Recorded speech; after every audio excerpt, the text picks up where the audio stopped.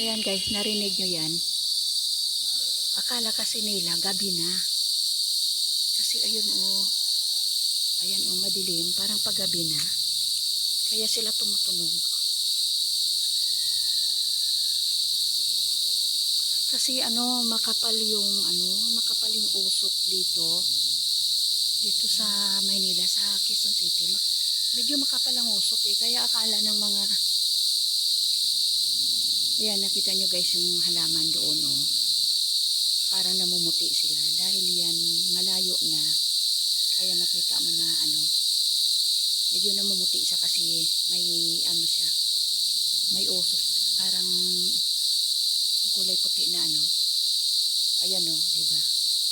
Nakita niyo yan. Usok yan galing sa bulkan. Kaya kung ayan oh, makita natin na parang ang dilim ng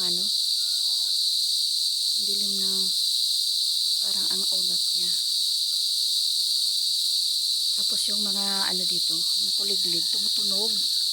Kasi akala nila gabi na. Hindi naman tumutunog ng ganitong oras yung kuliglig kasi dapat mainit pa ngayon eh. Pero siguro akala nila pag gabi na. Kaya yun oh, nag-iingay. Ang oras ngayon ay pa lang, 3:00 pa lang. Kaya dapat hindi pa sila tumutunog ngayon. Kaso madilim kasi ang panahon. Ayan oh.